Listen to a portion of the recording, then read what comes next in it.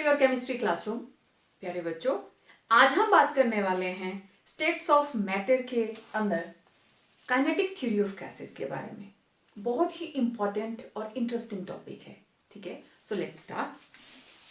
Kinetic theory of gases, it has been given by Bernoulli. आप लोग पढ़ते हो ना बर्नौलीज थ्योरम फिजिक्स के अंदर, तो same scientist, it has given by Bernoulli's and then after that it was extended, restudied again and again by Clashes, Maxwell and Boltzmann. Joule ने भी इसके ऊपर काम किया है। तो बहुत सारे साइंटिस्ट की कोलैबोरेशन है, जिसके बाद हमारे पास टोटल 7 पॉइंट्स आते हैं काइनेटिक थ्योरी ऑफ गैसेस के। काइनेटिक मींस, जहां काइनेटिक वर्ड आ गया means we have to talk about motion. ठीक है, kinetic energy, energy due to motion. तो kinetic theory of gases, gases के अंदर उनके मॉलिक्यूल्स ही तो मूव करते हैं, तो उनके मॉलिक्यूल्स की मूवमेंट के साथ थ्योरेटिकल कौन कौन सी बातें जुड़ी हुई हैं, उनके बारे में हम बात करेंगे। कोई बहुत ज्यादा कहानी नहीं है इसमें। हम गैस, जो भी हमारे पास गैसियस स्टेट है मैटर की, हम उन्हीं चीजों के बारे में बात करेंगे जो आप जानते हैं, जस्ट उनको एक फ्रेमवर्क में रखेंगे। ठीक है, तो लेट्स स्टार्ट। इसका फर्स्ट पॉइंट कहता है that every gas is made up of large number of very small identical, बहुत ही छोटे और identical सभी के सभी particles जो है वो सेम है। they are Zerk's copy of each other, photostate, right?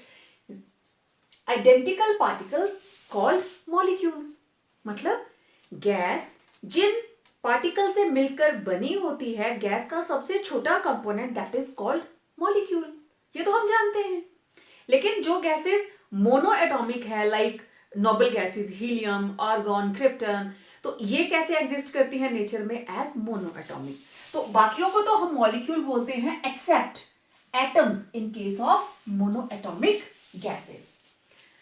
मैं आप लोगों को नोट्स भी सेंड करूंगी, लेकिन अगर आप साथ साथ लिख सकते हैं तो बहुत ही अच्छी बात है। ठीक है, बोर्ड से भी नोट कर सकते हो आप। दूसरी बात, ये थ्योरी कहती है दैट जो वॉल्यूम गैस के मॉलिक्यूल्स ऑक्युपाई करते हैं, that can be neglected as compare to total volume of the gas. इस पॉस्टुलेट के अंदर बहुत से बच्चे कंफ्यूज हो जाते हैं। ठीक है, मैं इस चीज को थोड़ा सा एक्सप्लेन करती हूं। मान लीजिए जिस कमरे में आप बैठे हैं, ठीक, कमरा बहुत बड़ा है, उस कमरे के अंदर आप 1 सेंटीमीटर क्यूब मींस 1 मिलीलीटर, ठीक है, गैसेस के बारे में बात करेंगे तो हम सेंटीमीटर क्यूब में बात करने वाले हैं, तो 1 सेंटीमीटर क्यूब के बराबर की गैस आपने इस कमरे में स्प्रेड कर दी। ओके, अब वो 1 सेंटीमीटर क्यूब पहले छोटे से 1 सेंटीमीटर क्यूब के अंदर था। जब उस क्यूब से उसको आपने बाहर निकाल दिया, अब उस 1 सेंटीमीटर क्यूब गैस का वॉल्यूम कितना हो गया, जो आपके रूम का वॉल्यूम है। ठीक है, मॉलिक्यूल्स तो उतने ही थे। मैं फर्स्ट पॉस्टुलेट को हटा देती हूं, ये आपको समझ में आ गया। सेकंड भी, ठीक है, क्योंकि मुझे यहां पे जगह चाहिए आपको समझाने के लिए। ओके, अब देखो हुआ क्या। मान लीजिए हमारे पास वॉल्यूम है 1 सेंटीमीटर क्यूब। ओके, इसके अंदर मैंने कोई भी गैस G एनक्लोज करके रखी थी, जिसका वॉल्यूम है 1 सेंटीमीटर क्यूब। अब इस गैस को मैंने शिफ्ट कर दिया एक ऐसे कंटेनर के अंदर जिसका वॉल्यूम है 100 सेंटीमीटर क्यूब, राइट। अब वॉल्यूम 1 सेंटीमीटर क्यूब से क्या हो गया, 100। इस 1 सेंटीमीटर क्यूब के अंदर मैंने गैस कौन सी ली है, G, और उस गैस का लिया है मैंने, लेट इट बी 1 मोल। चलो मैं G नहीं लेती, मैंने ले ली हाइड्रोजन। मैंने इसमें एनक्लोज की है 1 मोल हाइड्रोजन। ठीक है, और number of particles, late it B कि इसके अंदर नंबर ऑफ पार्टिकल्स हैं 10। ठीक है, मैंने इसमें ली है हाइड्रोजन और इसके अंदर नंबर ऑफ मॉलिक्यूल्स हैं टोटल 10। ठीक है, सिर्फ एग्जांपल दे रही हूं मैं, नंबर ऑफ मॉलिक्यूल्स हैं 10। अब ये जो 10 मॉलिक्यूल्स थे, अब आप देखना इस 1 सेंटीमीटर क्यूब के अंदर 1 2 3 4 5 6 7 8 9 10 आपको ये डॉट्स दिखाई दे रही हैं? यस। तो ये डॉट्स कितना नजदीक नजदीक हैं। जब ये 100 सेंटीमीटर क्यूब में शिफ्ट हुई तो देखो 1 2 3 4 5 6 7 8 9 10 एक दूसरे से कितनी दूर हो गई। ठीक है, हुआ क्या, इन मॉलिक्यूल्स के बीच का खाली डिस्टेंस बढ़ गया, है ना। अच्छा, अब एक मॉलिक्यूल, हाइड्रोजन का एक मॉलिक्यूल जस्ट एक डॉट है, ठीक है, और अगर 10 है तो ये 10 डॉट्स लगी, ये तो दूर दूर लगी, नजदीक नजदीक लगी, मतलब मिला के इतनी डॉट बन गई। जब इतने बड़े कमरे के अंदर ये छोटी सी डॉट मैंने लगा दी, इसको निगलेक्ट नहीं कर सकते क्या? क्या फर्क पड़ता है? एक क्रिकेट के ग्राउंड के अंदर मैच चल रहा है और किसी प्लेयर का 1 रुपए का कॉइन उसमें गिर गया, उसकी पॉकेट से टॉस करते हैं ना, तो वो 1 रुपए ग्राउंड में ही गिरा रह गया, तो क्या क्रिकेट की गेम को कोई फर्क पड़ेगा? हार्डली मैटर्स, नजर ही नहीं आएगा। क्यों? क्योंकि ग्राउंड का एरिया बहुत बड़ा है, 1 रुपए के कॉइन को आप निगलेक्ट कर सकते हैं। Same is the case, gases के मॉलिक्यूल्स हमेशा एक दूसरे से दूर जाते हैं। गैस का वॉल्यूम बहुत ज्यादा होता है, यही कारण है that gases are highly compressible. आप इनको बहुत ज्यादा कंप्रेस कर सकते हो, इतना कि आप उनको लिक्विफाई कर सकते हो। ठीक है, तो यही मतलब है कि पूरे एरिया के कंपैरिजन में आप 1 रुपए के एरिया को, अब मैं एरिया की बात करूंगी, 1 रुपए के एरिया को निगलेक्ट कर सकते हैं। उसी तरीके से जब आप गैस के वॉल्यूम की बात करते हो तो काइनेटिक थ्योरी ऑफ गैसेस के पोस्टुलेट्स ये कहते हैं that volume of molecules of gas, gas के मॉलिक्यूल का जो अपना वॉल्यूम है, that can be ignored, neglected as compare to total volume of the gas, क्योंकि उनके बीच में इतनी खाली जगह रहती है जिसकी वजह से गैस का अपना molecule that can be ignored. Clear? Next, molecules in a gas are in a constant state of motion. Okay. अब ये जो गैस के मॉलिक्यूल्स है ना, ये चींटियों की तरह होते हैं, एंड्स। हाँ, चलते ही रहते हैं, सोते ही नहीं है, चलते ही रहते हैं, चलते ही रहते हैं। Constant, random, ceaseless motion. Constant रहता है, रैंडम रहता है, सीजलेस मींस कभी सेटल ही नहीं होता, रुकता ही नहीं है। अब उसमें क्या होगा, आप लोगों को 10 बच्चों को एक कमरे में बंद कर दिया, आंखों पे पट्टी बांध दी और ये कहा जाता है कि आपने चलते रहना है। क्या होगा? चलते चलते आप लोग आपस में भी टकराओगे और चलते चलते आप दीवार तक पहुंचोगे, वहां टक्कर लगा के फिर वापस चले आओगे। ऐसा ही होगा ना। तो गैस मॉलिक्यूल्स के साथ भी ऐसा ही होता है। ये जब आपस में मूव कर रहे हैं, when they are in a state of constant state of motion, they keep on colliding with one another and also on the walls of container. चलते रहेंगे तो आपस में भी टक्कर खाएंगे और कंटेनर की दीवार से भी टकरा के वापस आएंगे। ठीक है, तो इस वजह से फिर क्या होगा, देखो इस वजह से क्या होगा, मॉलिक्यूल्स एक इधर से आया, एक इधर से आया, ऐसे आए, दोनों की टक्कर लगी, एक इधर को चला गया, दूसरा इधर को चला गया, तो करते कराते ये ऐसे जिग जैग मोशन होगा इनका, इधर से टक्कर लगी, इधर, इधर से लगी, इधर, इधर, इधर।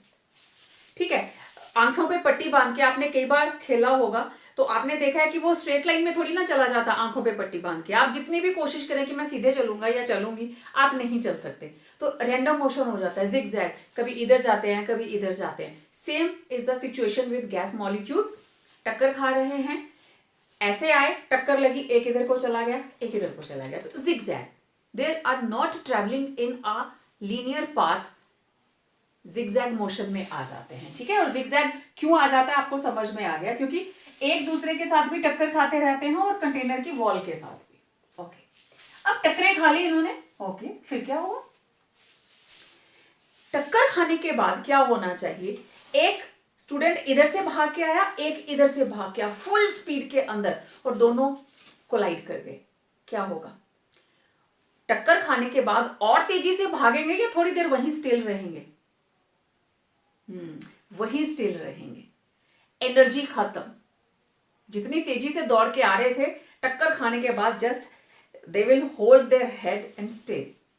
ऐसा ही होता है ना, एनर्जी खत्म। लेकिन गैस मॉलिक्यूल्स के केस में ऐसा नहीं होता। ये जब एक दूसरे के साथ कोलाइड कर रहे हैं, एक इधर से मॉलिक्यूल आया, एक इधर से मॉलिक्यूल आया और दोनों आपस में टकराए। टकराने के बाद एक का पाथ इधर को हो गया, एक का पाथ इधर को हो गया। ठीक है, तो ये जो कोलिजन्स हैं, these collisions are perfectly elastic. जैसे बॉल होती है ना, रबर की बॉल होती है, लगती है, बाउंस करती है वापस। तो जितनी बार ये लोग आपस में टकराएंगे, इनके कोलिजन्स जो है they are perfectly elastic, there is no loss of energy. जैसे हम लोग टक्कर खाएंगे तो एनर्जी खत्म हो जाएगी, इनमें नहीं होता। There is no loss of energy, rather there is redistribution of energy. The collisions of the gas molecules with one another and also with the walls of container are perfectly elastic. This means that there is no loss of energy during the collisions. However, the molecules redistribute their energy. इस molecule के पास energy थी 10, इस molecule के पास energy थी 70। दोनों जब आपस में टकराए, टकराने के बाद अलग हुए, 40 इसके पास थी, 40 इसके पास थी। This is the meaning of redistribution of energy. Zero कभी नहीं होगी। अगर गैस मॉलिक्यूल्स की एनर्जी टक्करे खाते कम हो, जितनी बार टक्कर खाते उतनी बार there should be loss of energy, but इनमें नहीं होता because there collisions are perfectly elastic. और अगर ये परफेक्टली इलास्टिक ना होते तो क्या होता? आप घर से निकलते तो कहीं ऑक्सीजन में आपका पैर फंस जाता और कहीं नाइट्रोजन में आपका पैर फंस जाता, है ना। सड़क के ऊपर ऑक्सीजन और नाइट्रोजन का कीचड़ होता, लेकिन ऐसा कभी नहीं होता। गैस के मॉलिक्यूल्स कभी भी ग्रेविटी के कारण अर्थ के ऊपर सेटल नहीं होते। ठीक है, why? Because there collisions are perfectly elastic. आप मेरी बात समझ रहे हो ना सभी? तो redistribution of energy is there. Okay. अब ये जितने भी postulates हम डिस्कस कर रहे हैं, ये these are not theoretical, rather उन्होंने प्रैक्टिकली इन चीजों को करके देखा था, तभी postulates बनते हैं। एक के बाद एक साइंटिस्ट इनको स्टडी करते रहे, इनके बाद भी अभी हम इनको फेल भी करेंगे एक दो को। ठीक है, तो next is there are no force of interaction. Kinetic theory of gases ये मानकर चलती है कि जो गैस के मॉलिक्यूल्स हैं टक्करे तो खाते हैं, आपस में आते हैं, कोलाइड करते हैं, जिगजैग मोशन में रहते हैं, उनके कोलिजन्स परफेक्टली इलास्टिक हैं, there take place redistribution of energy. लेकिन इन गैस मॉलिक्यूल्स के अंदर किसी भी तरह की फोर्स ऑफ इंटरैक्शन नहीं होती। ना ये एक दूसरे को अट्रैक्ट करते हैं, ना ये एक दूसरे को रिपेल करते हैं। ठीक है, तो okay, now 6th point is the pressure of the gas is due to the hits recorded by the gas molecules on the wall of container per unit area. जिस कंटेनर के अंदर हमने गैस को एनक्लोज किया है, इसके अंदर gas के मॉलिक्यूल्स हैं, तो प्रेशर का मतलब कंटेनर की वॉल्स के ऊपर पर यूनिट एरिया कितनी बार इन्होंने टक्कर मारी, दैट विल गिव प्रेशर। और देखो, इन गैस मॉलिक्यूल्स की आपस में किसी भी तरह की इंटरेक्शन नहीं है और ना ही इनकी कोई स्पेसिफिसिटी होती है कि ईस्ट डायरेक्शन में प्रेशर ज्यादा होगा, हिट्स ज्यादा लगेंगी, या वेस्ट में या नॉर्थ में या साउथ में, ऐसा कुछ भी नहीं होता। They are not specific for any direction. इसलिए इनकी जो प्रेशर है चारों दिशाओं में बराबर लगता है। अब सबसे बेस्ट एग्जांपल, हमारी गाड़ियों के टायर। क्या ऐसा होता है कि पूरे टायर में कोई एक पॉइंट होता है, उसमें एक जगह से ज्यादा हवा होती है और बाकी जगह पे कम होती है? ऐसा नहीं होता। वो गैस का प्रेशर टायर के अंदर इक्वल डिस्ट्रीब्यूट होता है। ठीक है, तो next, the average kinetic energy. इसके अंदर गैस मॉलिक्यूल्स की काइनेटिक एनर्जी कितनी होगी वो डिपेंड करता है कि टेम्परेचर कितना है। अगर आप टेम्परेचर बढ़ाएंगे, मॉलिक्यूल्स की काइनेटिक एनर्जी बढ़ जाएगी, तेजी से भागना शुरू कर देंगे। मैं फिर से एग्जांपल दूंगी कि आपको एक कमरे में छोड़ दिया, आंखों पे पट्टी बांध दी, नंगे पांव, और फर्श जो है वो लेट इट बी आयरन का बना हुआ है और नीचे हमने उसको हीट करना स्टार्ट कर दिया। जब पैर जलेंगे तो तेज चलोगे ना, इसी तरीके से गैस मॉलिक्यूल्स को भी जब हम हीट देते हैं, टेम्परेचर बढ़ा देते हैं, तो उनका मोशन बढ़ जाता है, उनकी काइनेटिक एनर्जी बढ़ जाती है।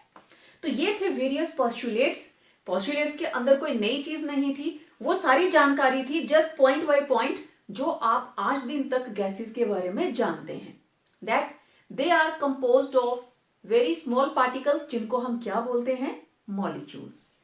इन मॉलिक्यूल्स के अपने वॉल्यूम को पूरी गैस के वॉल्यूम के कंपैरिजन में हम निग्लेक्ट कर सकते हैं।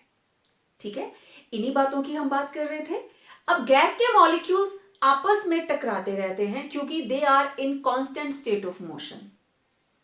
तो टकराते टकराते वो आपस में भी टकराएंगे and they will also collide on the walls of container.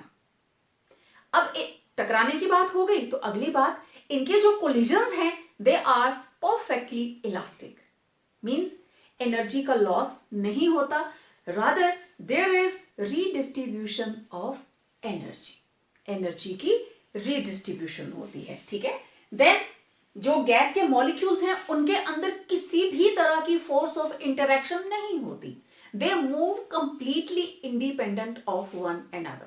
उनको किसी से कोई लेना देना नहीं है, मेरे साथ में कौन है, अपनी मस्ती में रहते हैं।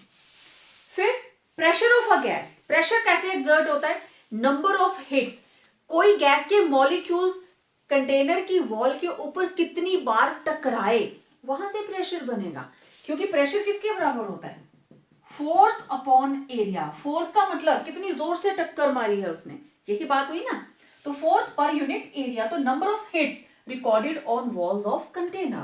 And the last, average kinetic energy. Average kinetic energy is directly proportional to Kelvin temperature. तो ये थे postulates of kinetic theory of gases.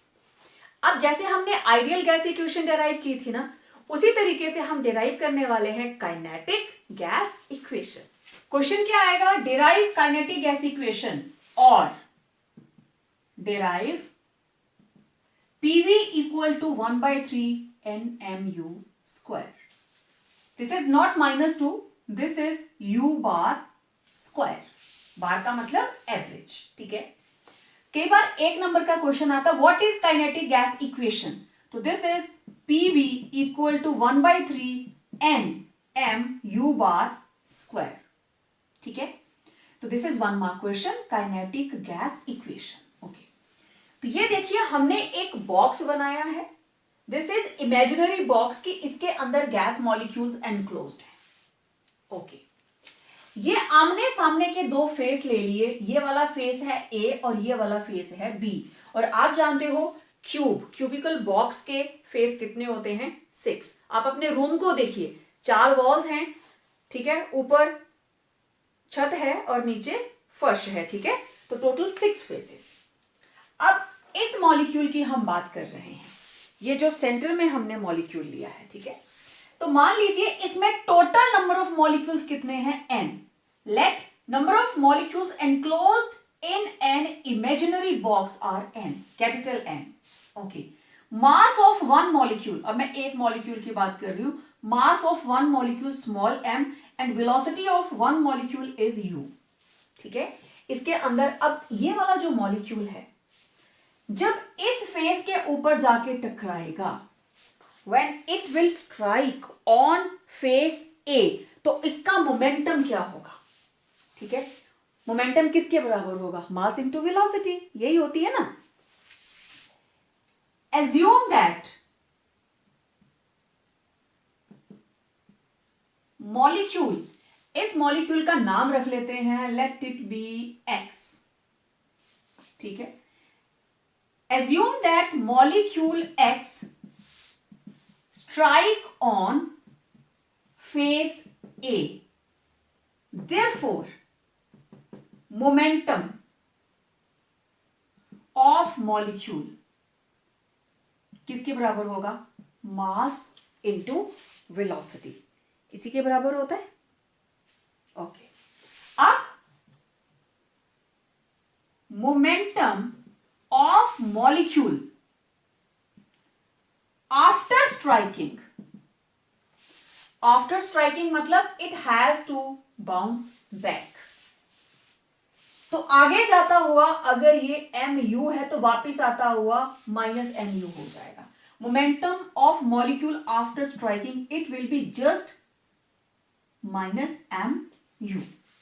It will B inverse, not reciprocal, it will B inverse. Reciprocal का मतलब होता है 1/mu. ठीक है, तो this is minus mu. Okay, now therefore change in momentum कितना हुआ? Change in momentum. अब हमारे पास दो मोमेंटम है, स्ट्राइक करने से पहले और स्ट्राइक करने के बाद. We are having two. तो this will be, this is initial, this is final. तो किसके बराबर होगा?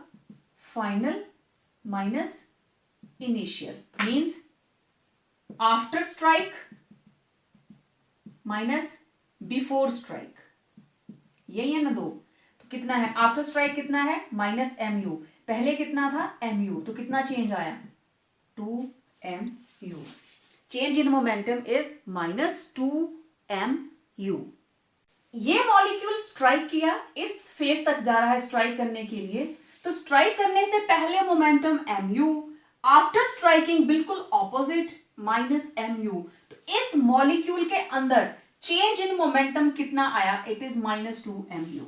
ओके, अब ये तो मॉलिक्यूल था, तो जिस दीवार के ऊपर टकराया, दीवार के ऊपर भी तो उसका इंपैक्ट हुआ ना. तो it means the momentum of the wall, the momentum of the wall, कौन सी वॉल? जिसके ऊपर हम प्रेशर मेजर करने वाले हैं, which is responsible for pressure, which is responsible for pressure. अब सेम मोमेंटम उसके ऊपर होगा लेकिन with opposite sign. Will have same momentum with opposite sign that is equal to 2mu. ये मोमेंटम है मॉलिक्यूल का. ठीक है, this is momentum of change in momentum of one molecule. तो मॉलिक्यूल किस पे टक्कर खा रहा है? दीवार के ऊपर. तो ये दो चीजें, ये नेगेटिव है तो ये पॉजिटिव हुआ. ठीक है, अब फोर्स किसके बराबर होती है? Force, it will be change in momentum, change in momentum upon time taken. तो force it will be given by change in momentum कितना रहा? 2mu upon time taken. It will be upon t. Okay, let it be equation 1. इसको हम आगे use करने वाले हैं.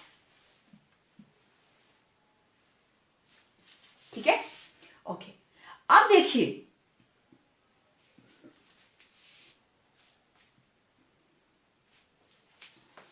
इस फेस ए के ऊपर कौन कौन स्ट्राइक कर सकता है?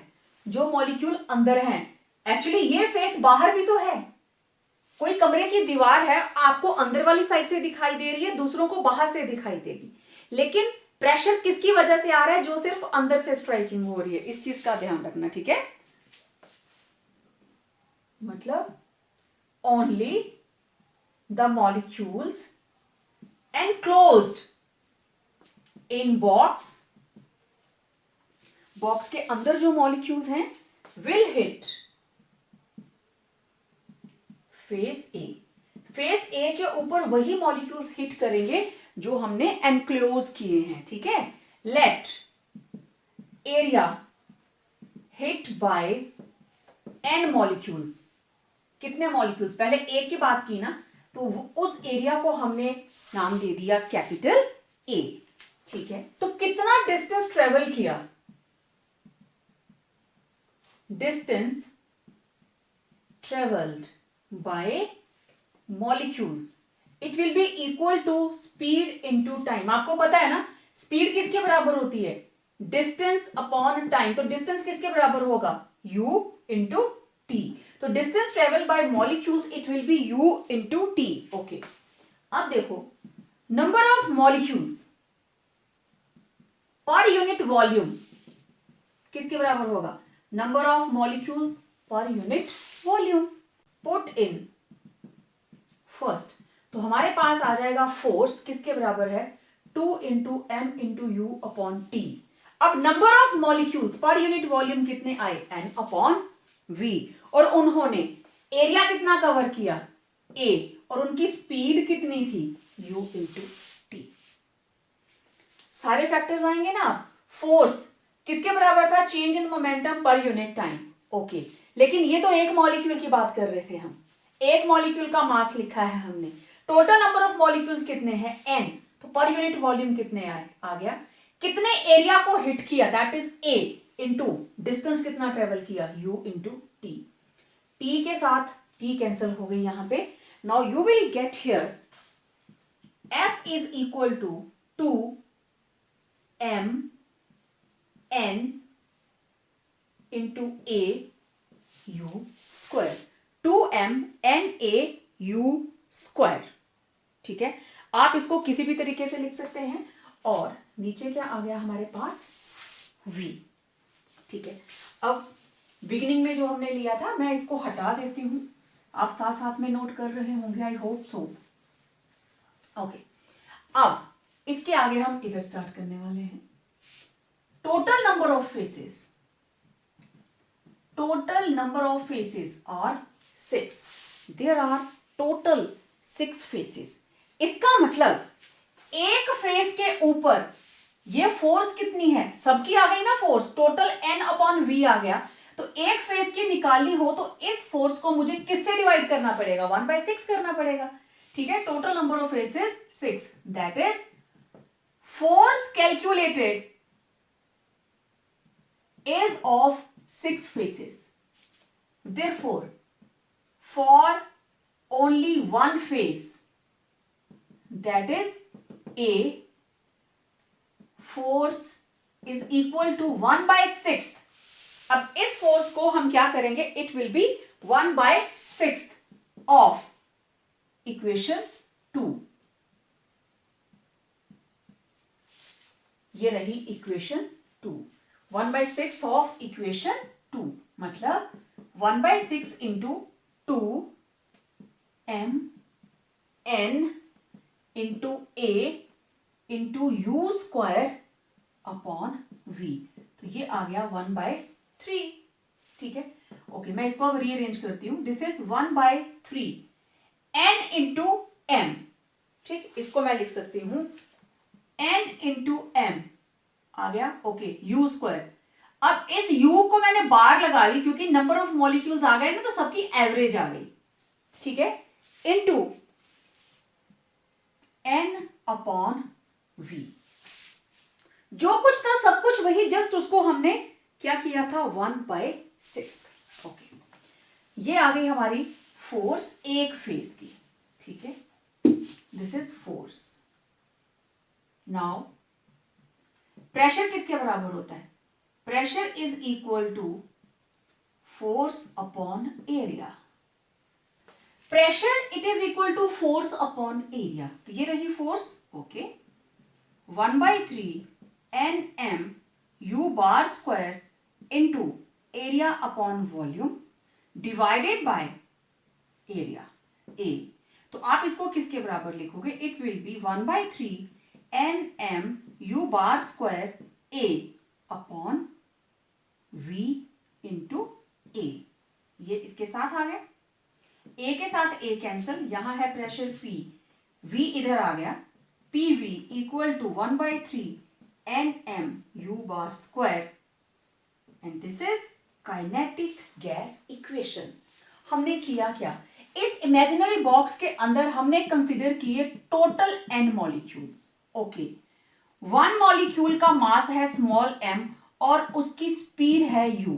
तो इसका मतलब उसका मोमेंटम जब उसने स्ट्राइक नहीं किया इट वाज mu, जब स्ट्राइक कर दिया तो इट वाज -mu। तो चेंज कितना आया, इसमें से इसको माइनस करो, -2mu। ये तो मॉलिक्यूल का मोमेंटम था। उस वॉल का कितना आया जिसके ऊपर वो स्ट्राइक किया, और स्ट्राइक करने की वजह से प्रेशर बनेगा, that will be with positive sign, same value with positive sign, तो +2mu। ओके, फोर्स किसके बराबर होती है? Change in momentum upon time.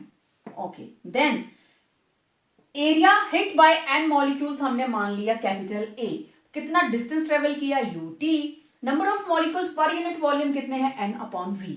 तो इसको इसमें पुट किया। ये फोर्स थी एक मॉलिक्यूल की, तो total number of molecules 2mu/t। Total number of molecules n, volume कितना? v, एरिया कितना? a, कितना डिस्टेंस ट्रेवल किया? u × t। यही किया। लेकिन ये जो फोर्स है, t से t कैंसिल, ये सारी की सारी फोर्स किसकी है? पूरे कंटेनर की। तो मुझे अगर सिर्फ फेस A की चाहिए तो मुझे इस फोर्स को 1/6 करना पड़ेगा, क्योंकि ये 6 फेसेस की है। ठीक है, हमने यही किया, इसको 1/6 कर दिया, उस वैल्यू को 1/6 कर दिया, ये आ गया 1/3, ये आ गया हमारे पास। अब ये तो थी फोर्स, प्रेशर किसके बराबर होता है? Force upon area. ये आ गई आपके पास काइनेटिक गैस इक्वेशन। ठीक है, अब हम एक रिलेशनशिप देखेंगे कि kinetic energy directly proportional to temperature कैसे आती है। ठीक है, नेक्स्ट हमारा यही क्वेश्चन है। तो here is the question, show that average kinetic energy of a gas is directly proportional to temperature. और क्वेश्चन आएगा, what is the relationship between average kinetic energy of a gas and temperature. हम time and again word use करते हैं average kinetic energy. क्यों? क्योंकि gas molecules के अंदर अगर मैं 1 मोल गैस की बात करती हूं, means it is having Avogadro number of molecules, और हर मॉलिक्यूल की जो एनर्जी है वो बराबर नहीं होगी, किसी की कम होगी तो किसी की ज्यादा होगी। आपको पता, वो कोलाइड करते रहते हैं आपस में, जीरो किसी की नहीं होगी, किसी की कम होगी किसी की ज्यादा, इसलिए हम क्या लेते हैं? उनकी एवरेज। ठीक है, इसलिए हम बार बार यही वर्ड यूज करते हैं, average kinetic energy.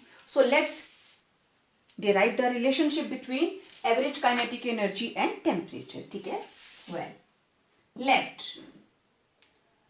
Total number of molecules of a gas equal to n। मान लीजिए हमारे पास टोटल नंबर ऑफ मॉलिक्यूल्स हमने ले लिए n। ठीक है, इन जनरल ई काइनेटिक किसके बराबर होती है? ½ mu²। नॉर्मली आप लिखते हो ½ mv², ये लिखते हो ना। तो यहां पे क्योंकि हम स्पीड कैसे ले सकते हैं? And speed of 1 molecule is equal to u। ठीक है, स्पीड को हम u से डिनोट कर रहे हैं, तो it will B ½ mu²। In general for 1 molecule, ये एक मॉलिक्यूल की बात है, तभी m और u को किया। m is mass of 1 molecule. So kinetic energy of n molecules, तो E काइनेटिक किसके बराबर होगी? ½ n इंटू mu²। क्लियर बात? ठीक है, इसी तरीके से आएगी E kinetic of n molecules. ये 1 मॉलिक्यूल की, तो n की कितनी होगी? जो A की वैल्यू है वो n से मल्टीप्लाई होगी, तो मैंने इसको ले लिया, इट इज इक्वेशन 1। ठीक है, also according to kinetic gas equation PV equal to 1/3 nmu², यही होता है। इस इक्वेशन को divide and multiply by 2, the above equation. इस इक्वेशन को हम 2 से मल्टीप्लाई करेंगे और 2 से ही डिवाइड कर देंगे, तो मेरे पास क्या आ जाएगा? PV equal to 2/3 into 1/2। 1/3 था ना, 2 से मल्टीप्लाई 2 से डिवाइड इंटू nmu²। डन। अब जरा देखना ये किसके बराबर है? ठीक है, but 1/2 nmu square is equal to E kinetic. Therefore PV किसके बराबर आ गया? 2/3 into E kinetic. This is equation second. Well, according to ideal gas equation, PV equal to nRT. Done. ये भी PV, ये भी PV, दोनों इक्वेशंस आ गई. From 2 and 3, from 2 and 3 दोनों बराबर, तो हमारे पास आ गया 2/3 E kinetic is equal to nRT. Any problem? No problem. Okay. तो E kinetic किसके बराबर आ गया? 3/2 nRT. E kinetic आ गया 3/2 into nRT. ओके, यहां चलते हैं. अब देखो 3/2, कोई भी इसको मल्टीप्लाई करे, मैं करूं, आप करें, कोई भी करेगा, आंसर क्या आएगा? 1.5. That is a constant value. Numeral है ना, दैट इज कांस्टेंट वैल्यू. तो ये आ गया E kinetic equal to 3/2 nRT. Okay, अब देखो इसमें क्या क्या चीज कांस्टेंट है. In this case 3/2 n r t are constant. That is 3/2 n and r are constant. Clear? ये तीनों ही कांस्टेंट हैं. तो E kinetic जो है वो किसके बराबर आ जाएगी? One another constant K into T. ठीक है, where K is equal to 3/2 into n into r. K किसके बराबर है? कांस्टेंट्स को मल्टीप्लाई किए तो कांस्टेंट ही आएगा ना, 3.2 इंटू n इंटू r. ठीक है, constant K. Now removing the sign of constant K को हटाएं तो हमारे पास आ जाएगा E kinetic is directly proportional to temperature. बात समझ में आई? फिर से देखिए, हमें पता है एक मॉलिक्यूल जो है उसका मास होता है m, स्पीड है u. तो E kinetic किसके बराबर होगी? Half mu square. ओके, तो n मॉलिक्यूल्स के लिए इस वैल्यू को n से मल्टीप्लाई कर दिया. बिल्कुल ठीक. काइनेटिक गैस इक्वेशन बोलती है PV equal to 1/3 nmu square. Okay, इस इक्वेशन को 2 से मल्टीप्लाई कीजिए, 2 से डिवाइड कीजिए, तो आप ऐसे लिखेंगे. बट 1/2 इंटू nmu स्क्वायर किसके बराबर है? E kinetic. ठीक है, तो PV equal to what? 2/3 E kinetic. तो आइडियल गैस इक्वेशन भी यही कहती है PV इक्वल टू nRT. दोनों PV, तो ये दोनों आपस में बराबर. E kinetic इधर रखो, बाकी सबको दूसरी साइड ले जाओ. अब देखो 3/2 n और r तीनों ही कांस्टेंट, तीनों को मल्टीप्लाई करेंगे तो एक नया कांस्टेंट आएगा. ठीक है, K किसके बराबर है? 3/2 इंटू n इंटू r. इसका मतलब जब इसको आप प्रोपोर्शनलिटी से हटाएंगे, it will be directly proportional to Kelvin temperature. Hence it is proved that average kinetic energy of gas molecules is directly proportional to Kelvin temperature. ठीक है, तो काफी सारी डेरिवेशंस हो गई. तो प्यारे बच्चों, आज के लेक्चर के अंदर इतना ही. ठीक है, इस वीडियो को अच्छे से देखें, इन पोस्टुलेट को अच्छे से समझें, डेरिवेशन को 1-2 बार लिख कर देखें. ठीक है, इस वीडियो को लाइक करें, शेयर करें और चैनल को सब्सक्राइब जरूर करें. And yes, on your notification bell so that हमारा हर वीडियो आप तक सबसे पहले पहुंचे. तो मिलते हैं एक नए वीडियो के साथ. Till then, stay home, stay safe. Bye bye.